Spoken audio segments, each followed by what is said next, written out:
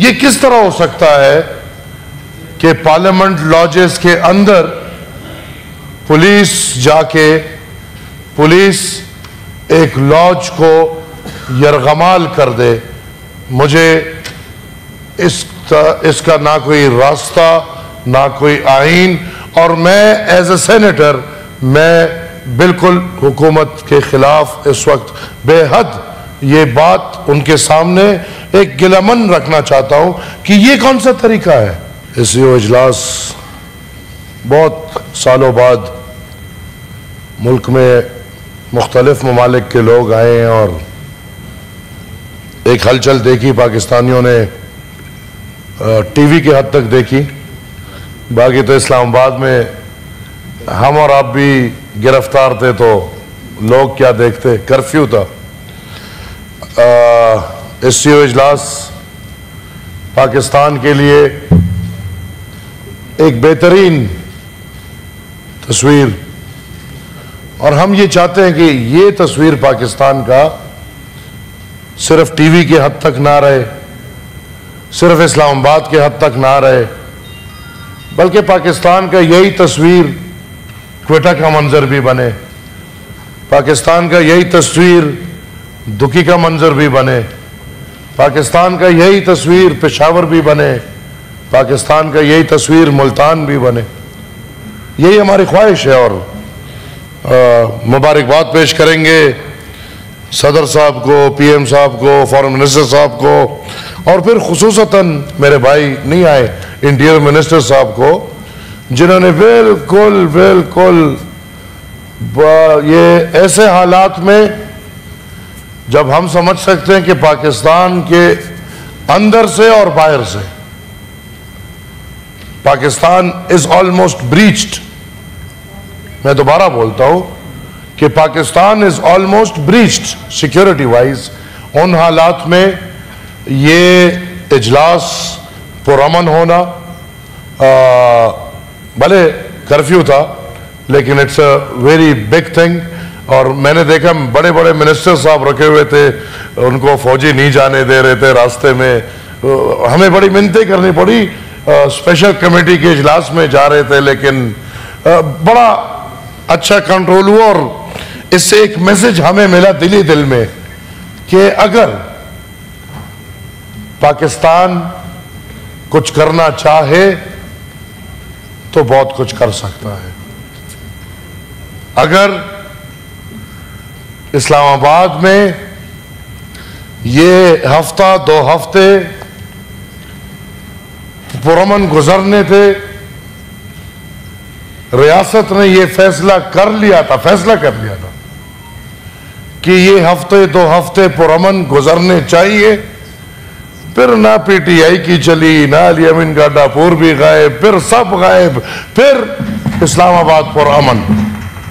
अल्लाह खैर करे, जो खबर एक गुजर रही है, शुक्र है कि ऐसा, मैं फिर कहूंगा शुक्र है कि ऐसा कोई वाकया नहीं है। लेकिन हम ये चाहते हैं कि यही इरादा जो 2 हफ्ते इस्लामाबाद के लिए था, यही इरादा हमें चाहिए इस रियासत का पूरे पाकिस्तान के लिए। सर, एक एडेड बात करूंगा, हम 7-8 दर्जन सेनेटर्स हैं मेरे ख्याल में पूरे पाकिस्तान में, 96 तो 8 दर्जन हो गए मेरे ख्याल में, 7-8 दर्जन है हम सर। और सर हमारा फैसिलिटीज मेरे ख्याल में हम ये कि हम लोग कहीं नुमाइंदगी कर रहे हैं, कौम की नुमाइंदगी कर रहे हैं, पार्टीज की नुमाइंदगी कर रहे हैं, नजरियों की नुमाइंदगी कर रहे हैं, और उसके बजाय हमें शायद तनख्वाह मिलती है और तनख्वाह के साथ इधर फ्लैट मिलते हैं जिसमें सेनेटर्स और एमएनएज जिंदगी सुकून से, अमन से गुजार सके और उनको इस्तेमाल करते हुए पार्लियामेंट आए और वापस जा सके। सर, कल रात को जो एक पैगाम जनाब सरदार अख्तर मैंगल साहब के बजरिए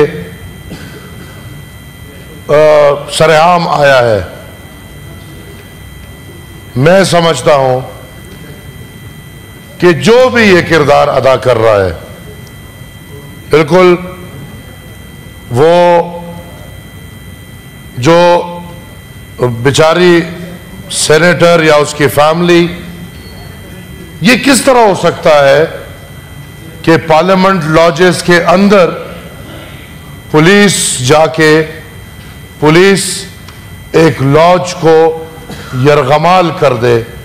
मुझे इसका ना कोई रास्ता ना कोई आईन, और मैं एज ए सेनेटर मैं बिल्कुल हुकूमत के खिलाफ इस वक्त बेहद ये बात उनके सामने एक गिलामन रखना चाहता हूं कि ये कौन सा तरीका है। क्या वोट इस तरह लिए जाते हैं? आप 10 साल और 12 साल के बच्चों को हरासा करें। ये पुलिस किसके हुक्म पे? चेयरमैन साहब, पार्लियामेंट लॉजेस के अंदर दर्जन पुलिस एक सेनेटर का लॉज को यरगमाल करता है, मुआसरा करता है। मैं उर्दू, सॉरी मेरी उर्दू कमजोर है, मेरी मादरी जुबान नहीं है, मुझे फख्र है इसमें कि कमजोर है, लेकिन मुझे ये समझ नहीं आती कि पुलिस कैसे उधर उसको यरगमाल कर रहा है और पार्लियामेंट लॉजेस के अंदर। ये सर बिल्कुल हर सेनेटर की तौकीर है, ये हर सेनेटर की बेइज्जती है, ये इस पूरे सेनेट, इस पूरे सिस्टम की बेइज्जती है। मैं बिल्कुल ये वार्निंग देना चाहता हूं कि अगर उधर खुदा न खास्ता हम पुख्तून, बलोच, सिंधी, पंजाबी सब एक इज्जतदाराना रवायात रखते हैं और औरतों के लिए हम सब इज्जत की बात करते हैं। शेरी रहमान बीबी हर वक्त औरतों के हक के लिए बात करती है, आज वो भी चुप है, जबकि उनको पता है कि क्या हो रहा है, कौन कर रहा है और क्यों हो रहा है। सारी